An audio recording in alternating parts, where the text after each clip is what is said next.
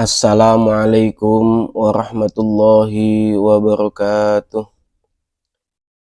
Ila hadratin Nabiyil Mustafa Sayyidina Maulana Muhammadin sallallahu alaihi wasallam wa ala alihi wa sahbihi wa dhurriyyatihi wa auladihi wa azwajihi thumma nakhususun khasuli hadrati syekhina wa murabbi ruhina Syekh Abdul Karim Narbaya Syekh Marzuki Dahlan Narbaya Syekh Ahmad Idris Marzuki Narbaya Syekh Tahir Marzuki Narbaya Syekh Bahrul Ulum Marzuki Narbaya Syekh Irsyad Rusdi Menderan Bangeja Annallaha yu'li darajatin fil jannah wa yu'idu alaina min barakatihim wa karamatihim wa asrarihim wa anwarihim wa ulumihim wa nafahatihim fid dini wa dunya wal akhirah. Al-Fatihah. A'udzu billahi minasyaitonir rajim. Bismillahirrahmanirrahim. Alhamdulillahi rabbil alamin. Arrahmanir rahim. Maliki yaumiddin. Iyyaka na'budu wa iyyaka nasta'in. Ihdinas siratal mustaqim. Siratal ladzina an'amta 'alaihim ghairil maghdubi 'alaihim waladdallin. Rabbi ighfirli wa liwalidayya wa lil mu'minina amin. Bismillahirrahmanirrahim. Alhamdulillahi rabbil alamin. Alhamdulillah wassalatu wassalamu ala Rasulillah. Wassalatu wassalamu ala sayyidina Muhammad ibn Abdillah. La hawla wa la quwwata illa billah. Rabbi shrah li sadri wa yassir li amri wa hlul 'uqdatam min lisani yafqahu qawli. Amma ba'du. Ibu-ibu yang dirahmati oleh Allah, alhamdulillahi rabbil alamin. Segala puji mari kita panjatkan kehadirat Allah Subhanahu wa taala atas segala limpahan rahmatnya, atas segala karunia-Nya. Kita masih bisa berkumpul dalam majlis pengajian fikih yang insyaallah diberkahi oleh Allah Subhanahu wa taala. Salawat serta salam semoga selalu tercurahkan kepada junjungan kita Nabi Agung Nabi Muhammad sallallahu alaihi wasallam, di mana beliaulah yang telah mengajarkan kebaikan kepada kita semua. Beliaulah kekasih Allah yang diutus kepada kita semua untuk memperbaiki akhlak kita semua. Biqaulina Allahumma salli ala sayyidina Muhammad wa ala ali sayyidina Muhammad. Ibu-ibu yang dirahmati oleh Allah, alhamdulillahi rabbil alamin. Alhamdulillah, kita semenjak beberapa hari yang lalu sudah memasuki bulan Dzulhijjah. Bulan di mana terdapat berbagai kegiatan ibadah yang serentak dilakukan oleh kaum muslimin muslimat di seluruh dunia dan bertempat pada satu tempat yang sama, yakni ibadah haji. Di bulan Dzulhijjah ini, di mana orang-orang banyak yang berfokus pada Idul Adha, orang-orang yang banyak berfokus kepada sembelihan kurban, orang-orang fokus terhadap kambing, sapi, daging, sembelihan, pembagian daging ini dan itu, takbiran dan yang lain-lain. Ada hal penting yang ternyata terlewat oleh kita semua, bahwasanya di bulan Dzulhijjah banyak orang-orang yang berfokus terhadap ibadah haji. Banyak orang-orang yang berfokus pada kabar-kabar malam takbir. Orang-orang berfokus pada sholat Idul Adha di masjid, di lapangan.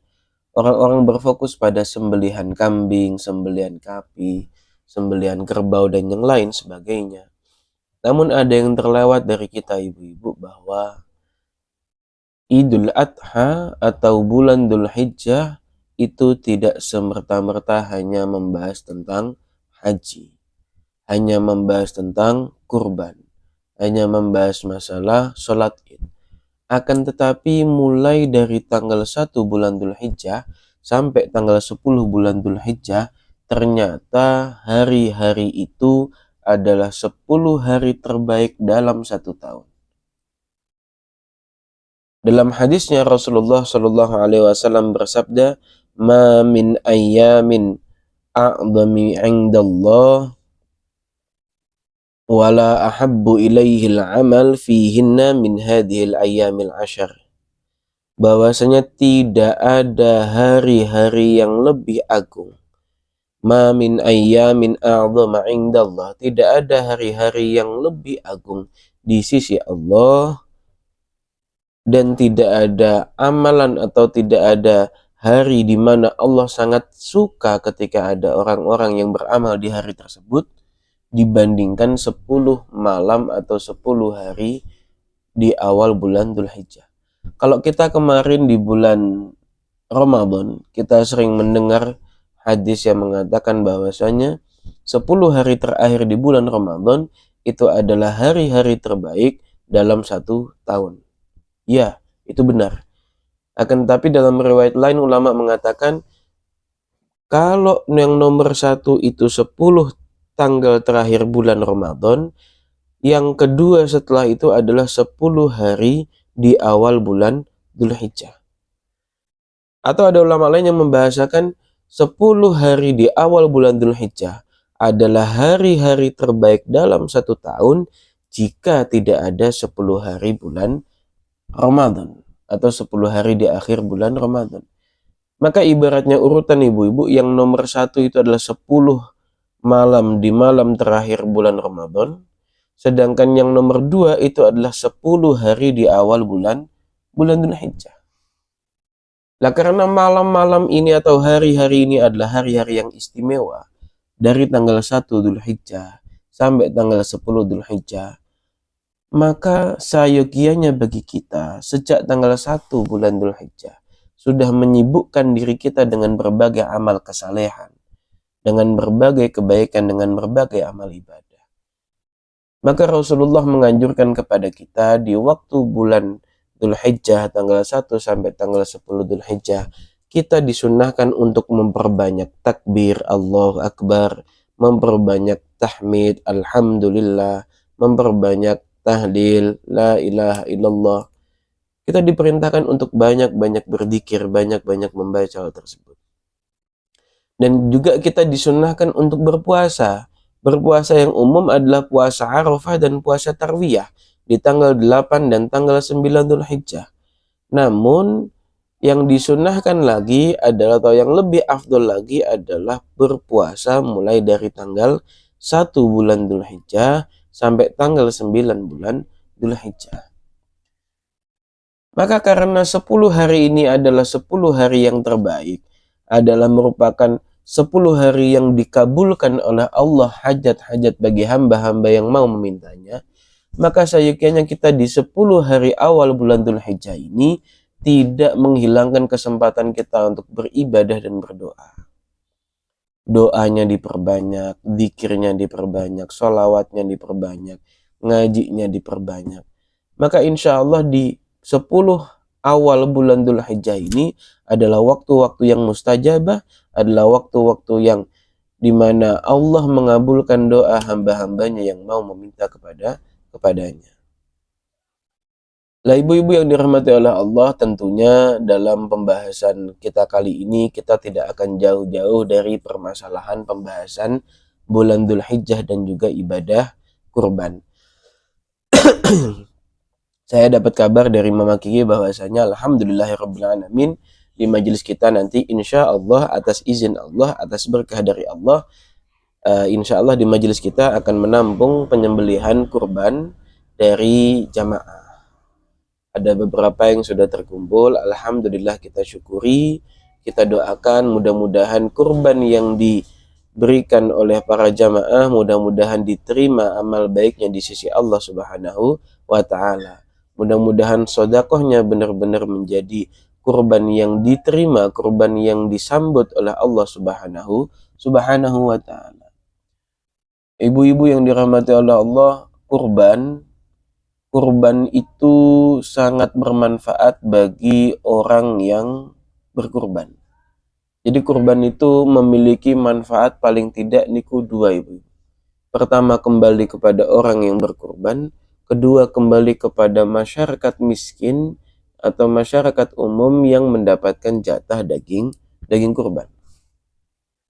Bagi orang yang menyembelih kurban, orang yang memberikan dana, orang yang mendonaturi penyembelihan kurban, maka ia dijanjikan pahala yang agung di sisi Allah Subhanahu wa Ta'ala. Dan bahkan kelak di akhirat nanti, di waktu acara persidangan akhirat, di waktu rangkaian acara di akhirat nanti sudah mencapai rangkaian acara melewati jembatan Shiratal Mustaqim, di mana dikatakan jembatan Shiratal Mustaqim itu adalah jembatan yang tertipis. Bahkan jembatannya itu terbentuk dari satu helai rambut yang dibagi menjadi 7. Untuk menggambarkan saking tipisnya jembatan tersebut dan saking sulitnya melewati jembatan tersebut.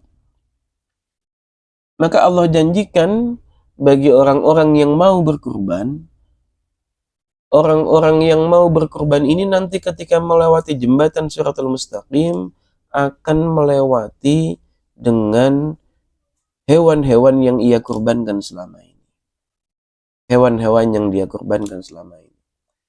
Maka bersyukurlah bagi ibu-ibu sekalian, alhamdulillahirrabbilalamin, bagi ibu-ibu yang sudah berkurban di tahun ini atau berkurban di tahun-tahun sebelumnya, alhamdulillahirrabbilalamin, ibu-ibu tidak kesulitan untuk melewati jembatan Shiratul Mustaqim. Kenapa? Karena sudah menunggangi hayawannya masing-masing. Mana kuat Pak Ustadz, saya badannya gede begini, masa naiknya kambing ukuran segitu? Ya jangan disamain di dunia ibu-ibu.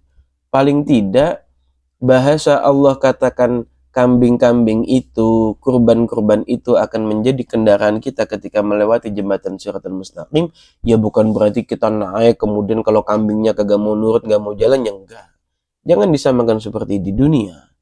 Akan tapi di akhirat nanti Allah hanya menggambarkan, Allah hanya menjanjikan itu kendaraanmu yang akan mempermudah kamu melewati jembatan Shiratal Mustaqim. Karena di waktu melewati jembatan Shiratal Mustaqim, di bawahnya itu adalah jurang neraka yang tidak ada yang tahu dalamnya seberapa, panasnya seberapa. Tidak ada yang tahu, Ibu. Maka bersyukurlah kita-kita ini yang sudah mendapatkan satu janji dari Allah, yakni bisa melewati jembatan Shiratal Mustaqim dengan mudah dengan menggunakan hewan-hewan kurban kita. Karena itu adalah fase terakhir sebelum kita menuju surganya Allah Subhanahu wa Ta'ala.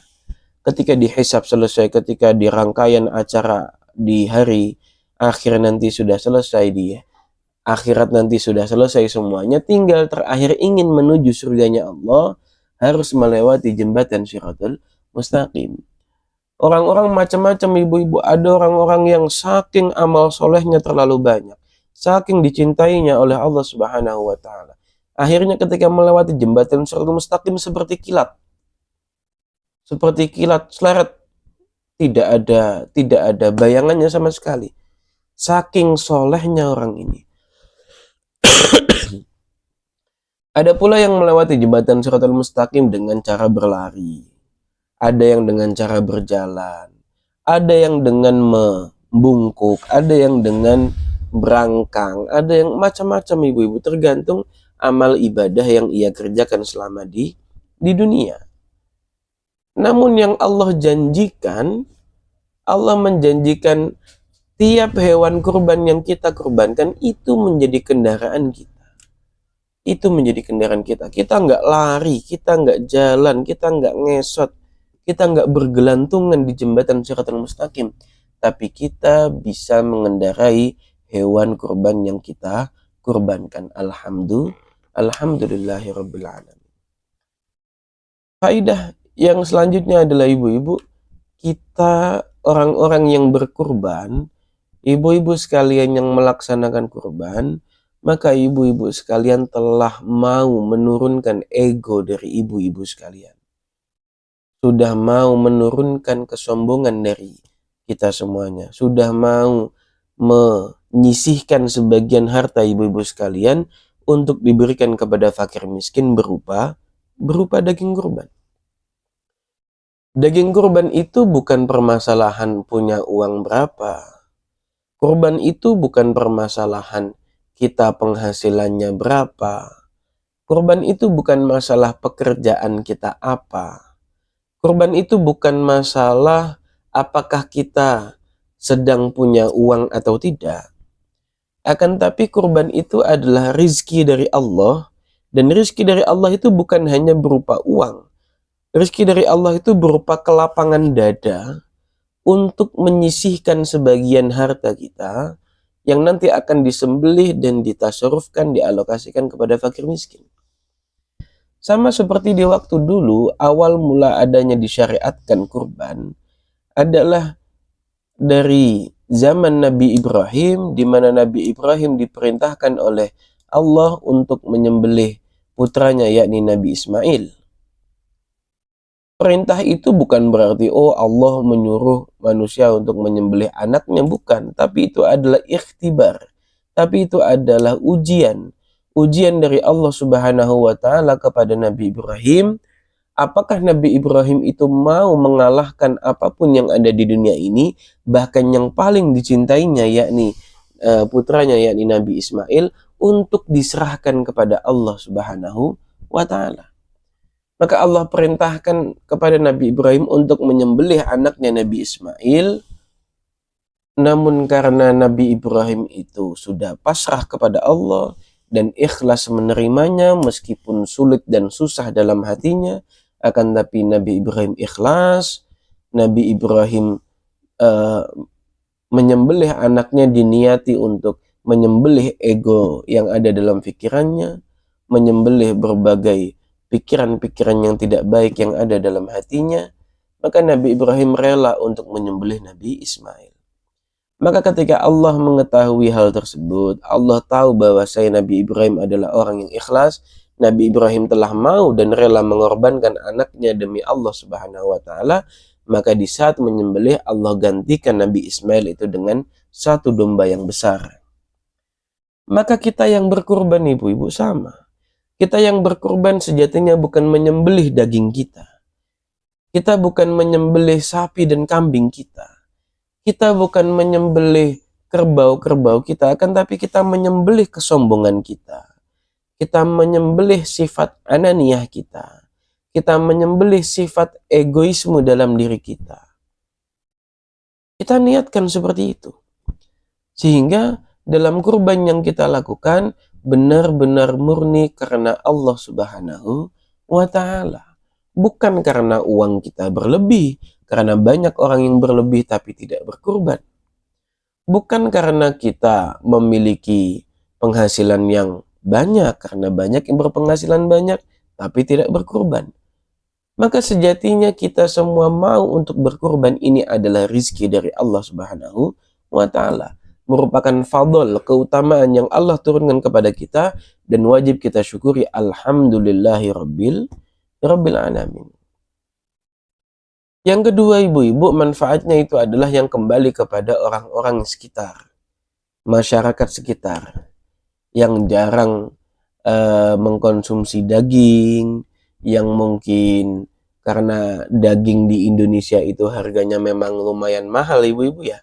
Maka tidak tiap hari kita makan daging. Alhamdulillahirabbil alamin, adanya kurban ini kita bisa memberikan sedekah kepada fakir miskin, kepada orang-orang sekitar, kepada tetangga-tetangga kita. Nah, maka dalam ibadah kurban yang dianggap sangat penting ini, ibu-ibu, kita harus tahu terkait tata cara, baik itu penyembelihan, baik itu pembagian dan yang lain sebagainya. Kalau masalah penyembelihan, insya Allah kita pasahkan kepada orang yang ahlinya. Orang yang ahlinya dalam artian orang yang paham saat praktek penyembelihan tersebut. Insya Allah mereka adalah orang-orang yang sudah paham terkait bagaimana cara menyembelih yang benar. Yang pada intinya penyembelihan yang benar itu adalah dua uratnya harus putus, ibu, yakni kerongkongan dan juga tenggorokan. Jalur nafas dan juga jalur makan di hewan kurban itu harus sudah terpotong semuanya. Baik itu ayam, kambing, sapi, maka dua selang ini harus terputus semuanya. Maka sering kita temukan biasanya di ayam. Kalau di ayam sering, ibu, di ayam itu lebih susah, apalagi ayam jantan yang sering berkokok. Ayam jantan itu lebih susah. Di saat kita menyembelih, biasanya ada satu urat yang tidak terpotong. Ada satu jalur yang tidak terpotong. Nah, ini menyebabkan ketika seumpama mati dengan satu selang yang tidak terpotong, maka hukumnya jadi bangkai, penyembelihan tidak sah. Nah, maka dihati-hati, dilihat yang jelas di kambing yang disembelih, di kerbau yang atau sapi yang disembelih, dua jalur kerongkongan dan juga tenggorokannya itu harus putus. Kemudian yang selanjutnya ibu-ibu, jangan sampai memilih hayawan yang cacat. Hayawan yang cacat, hayawan yang pincang kakinya. Ada sapi, beli buat kurban, awalnya sehat. Kemudian ketika dibawa naik pickup, naik mobil atau naik truk, ternyata saat turun dari truk, kepleset kakinya keseleo, patah.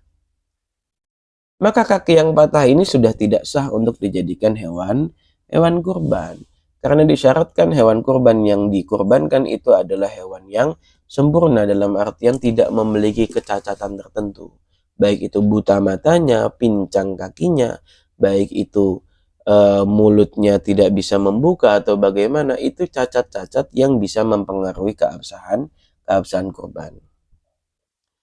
Lah banyak yang bertanya ibu-ibu, ini setiap tahun pasti ditanyakan terkait masalah apa bedanya akikah dan kurban. Apakah boleh saya kurban tapi tidak akikah, ataukah sebaliknya saya akikah tapi tidak kurban? Sekali lagi berulang kali saya sampaikan ibu-ibu, bahwasanya akikah dan kurban sangat berbeda meskipun memiliki beberapa persamaan. Sama-sama disembelih, hewan-hewannya bentuknya sama, yakni kambing dan yang lain sebagainya, cuma lebih banyak perbedaannya. Kalau akikah itu ibu-ibu, akikah itu adalah kewajiban dari orang tua, kewajiban tuntutan bagi orang tua untuk menyembelihkan kambing untuk menebus anaknya yang baru lahir. Jadi kita bahasakan mungkin fida atau tebusan. Anak yang baru lahir supaya tumbuh kembangnya baik, supaya berpotensi besar menjadi anak yang soleh solehah. Ya ketika diinginkan menjadi hamba Allah yang bermanfaat, maka ditebus. Caranya nebusnya bagaimana? Itu yang diajarkan oleh Rasulullah dengan akikah. Dan akikah itu tidak 1 tahun sekali. Akikah itu setiap anak baru lahir. Anak baru lahir di umur ke-7 maka disunahkan untuk sembelih akikah. Kalau tidak mampu tanggal 7 berarti di tanggal 21. Tidak mampu tanggal 21 berarti di tanggal 40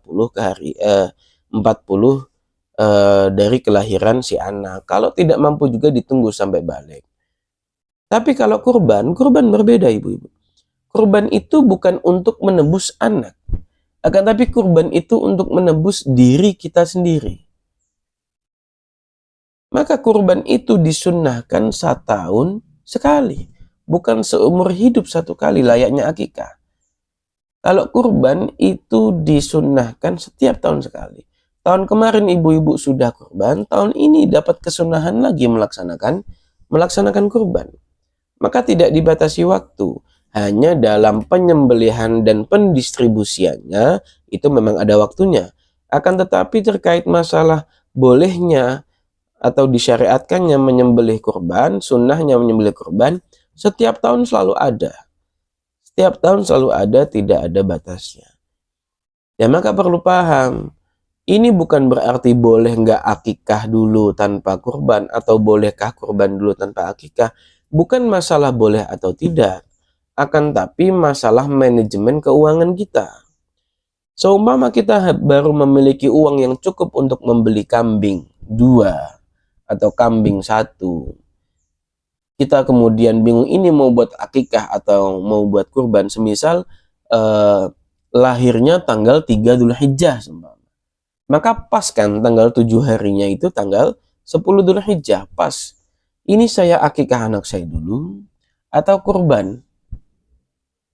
Lah maka ini bukan masalah boleh atau tidak boleh, akan tapi lebih afdol mana, lebih utama mana. Maka dilihat manajemen keuangan kita ibu-ibu. Kalau kita jarang-jarang punya uang yang bisa digunakan atau punya uang simpanan yang bisa disisihkan untuk membeli hayawan kambing, maka seyogianya sebaiknya yang al-afdol kita itu mengakikahkan anak kita.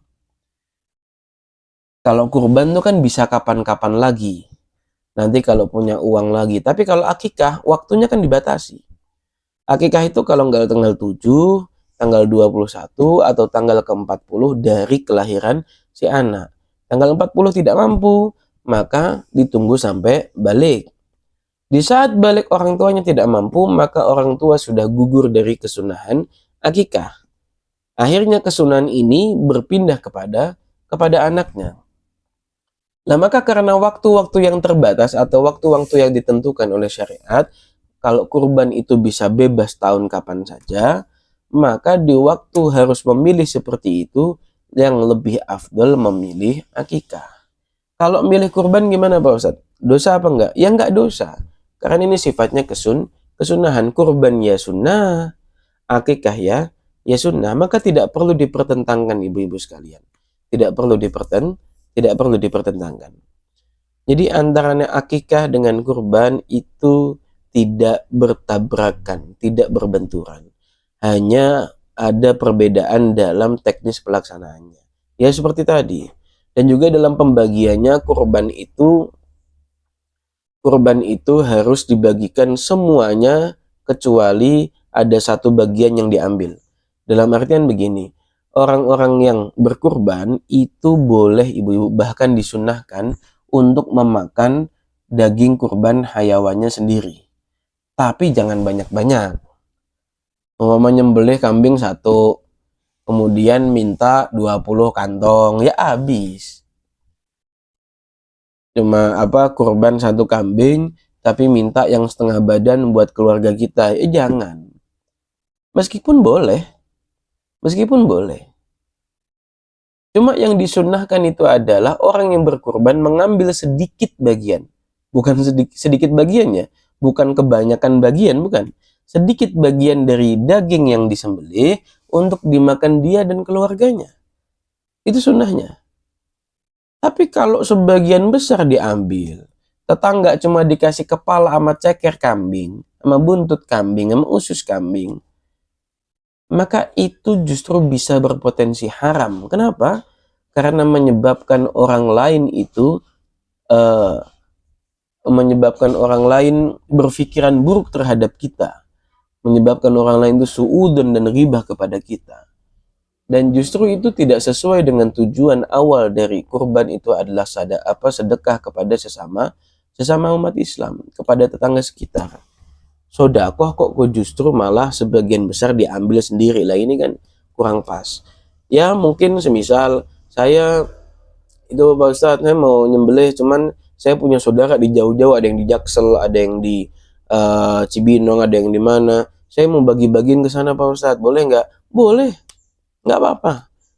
Semisal ngambil 6 kantong, ngambil 7 kantong, ini yang 1 buat yang saudara sana, 1 buat saudara sana, boleh. Yang penting jangan terlalu banyak.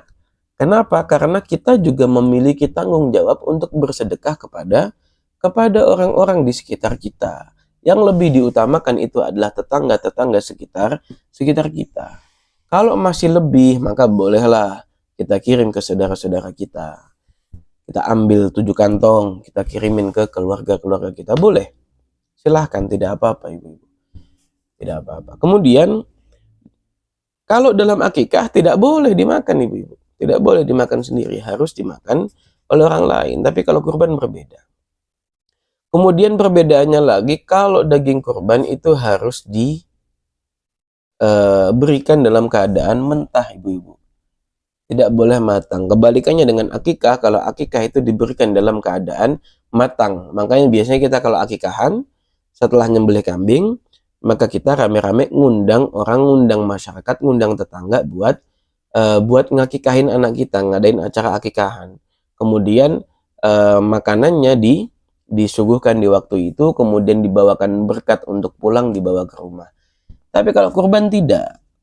Berarti boleh nggak Pak Ustadz, seumpama panitia itu udah capek, kemudian di saat Idul Adha itu nyisihin sebagian daging digunakan untuk kepanitiaan, digunakan untuk masak di saat kerja. Lah itu gimana? Boleh, tapi dengan catatan. Catatan yang pertama, dagingnya itu harus serahkan kepada orang yang sah terlebih dahulu. Jadi gini Ibu, misal orang yang kurban saya, kemudian saya bagikan kepada Mama Kiki, kepada Abi, kepada ibu-ibu sekalian semuanya. Maka daging kurban yang saya sembelih ini, kalau mau dijadikan mayoran atau makan-makan masak-masak panitia boleh. Tapi caranya adalah kita mau berapa potong nih. Kira-kira jumlahnya berapa orang? Oh, ada banyak. Udah kita sisihin berapa kilo seumpama. Berapa kilo daging umpama. Nah, nanti daging itu diserahkan dulu kepada satu orang. Misalnya saya serahkan ke Mama Kiki. Serahkan ke Mama Kiki, kemudian nanti dari Mama Kiki itu baru digunakan untuk mayoran atau digunakan untuk masak-masak panitia, itu boleh. Tapi kalau seumpama daging belum diserahkan kepada siapa-siapa, daging itu belum dimiliki oleh siapa-siapa, kemudian langsung dikasih ke panitia buat masak, nggak boleh.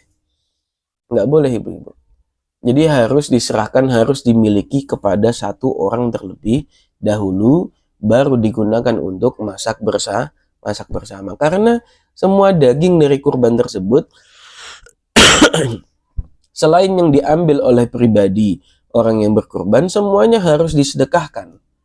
Semuanya harus disedekahkan. Tidak boleh ada yang disumbangkan ke masjid, nggak boleh ada yang disumbangkan kemana, nggak boleh. Harus diserah terimakan kepada orang-orang yang ada di sekitar kita, yakni orang-orang yang fakir miskin. Apakah fakir miskin saja yang boleh mendapatkan kurban, Pak Ustadz? Ya, hanya fakir miskin saja. Orang-orang yang kaya tidak boleh menerima, tidak boleh menerima, tapi tidak boleh menjual. Dalam artian begini, kalau orang-orang kaya mendapatkan daging, boleh ibu-ibu, akan tapi tidak boleh dijual lagi. Harus dimakan, harus dimasak. Berbeda dengan orang-orang miskin. Kalau orang-orang miskin, ketika diberikan daging kurban, dia itu boleh menjualnya ataupun disimpan untuk dimakan, boleh. Tapi kalau orang kaya, itu nggak tamlik. Dia tidak bisa memiliki daging kurban, berarti dia tidak boleh memperjualkan daging kurban yang ia dapatkan. Dia harus masak, dia harus makan, gitu. Jadi bukan tidak boleh dibagikan, boleh, tapi dalam pengalokasiannya harus dimakan sendiri. Nah, kemudian ibu-ibu dalam berkurban, maka sayogianya orang-orang yang berkurban itu tidak memotong kuku dan rambutnya. Ada banyak kesunahan-kesunahan yang harus kita tahu dari orang-orang yang menyembelih kurban. Nah, orang-orang yang menyembelih kurban ini istimewa ibu-ibu. Harus menyiapkan mentalnya, harus menyiapkan hatinya, supaya kurban yang ia lakukan benar-benar ikhlas. Jangan sampai kurban setiap tahun, akan tetapi dalam hatinya masih ada sebiji kesombongan dari hewan yang dia kurbankan. Inna'udzubillah min dzalik. Wong kurban itu untuk menyembelih kesombongan kita, tapi malah kebalik. Justru kurban itu menyebabkan sombong kita lebih tinggi. Lah ini na'udzubillah min dzalik. Maka ayo kita tata hati kita, terutama ibu-ibu sekalian yang berkurban pada tahun ini, ditata hatinya. Mudah-mudahan tidak ada tertinggal satu biji kesombongan dalam hati kita dari hewan yang kita kurbankan. Ibu-ibu yang dirahmati oleh Allah, dalam pembagian daging kurban itu sayogianya dibagikan kepada masyarakat sekitar, kepada tetangga-tetangga kita. Meskipun toh itu hanya sedikit, 1 on semisal, hanya setengah on semisal, paling tidak bisa diberikan kepada tetangga-tetangga kita, Kalau mau dibuat masakan bareng silahkan. Kalau mau dibuat yang penting dibagi-bagiin ya silahkan. Terserah bagaimana dari kepanitiaan yang mengurusinya. Kami dari Majelis Ta'lim Nurul Jannah mewakili Mama Kiki dan mewakili Abi berterima kasih kepada ibu-ibu sekalian yang sudah berkurban atau yang sudah memberikan support, dukungan, baik itu berupa uang, baik itu berupa tenaga, baik itu berupa luangnya waktu dan yang lain sebagainya. Kami menghaturkan ribuan terima kasih. Semoga Allah membalas kebaikan dan amal ibadah ibu-ibu sekalian. Amin amin ya rabbal alamin. Seperti halnya yang saya sampaikan di tahun-tahun sebelumnya, bahwasanya bagi orang-orang yang berkurban, yang mampu untuk berkurban, maka yang paling baik bagi dia adalah berkurban.